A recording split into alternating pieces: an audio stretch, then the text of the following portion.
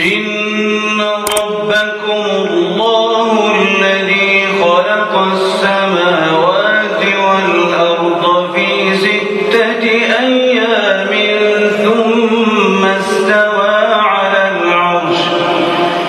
يغشي الليل النهار يطلبه حثيثا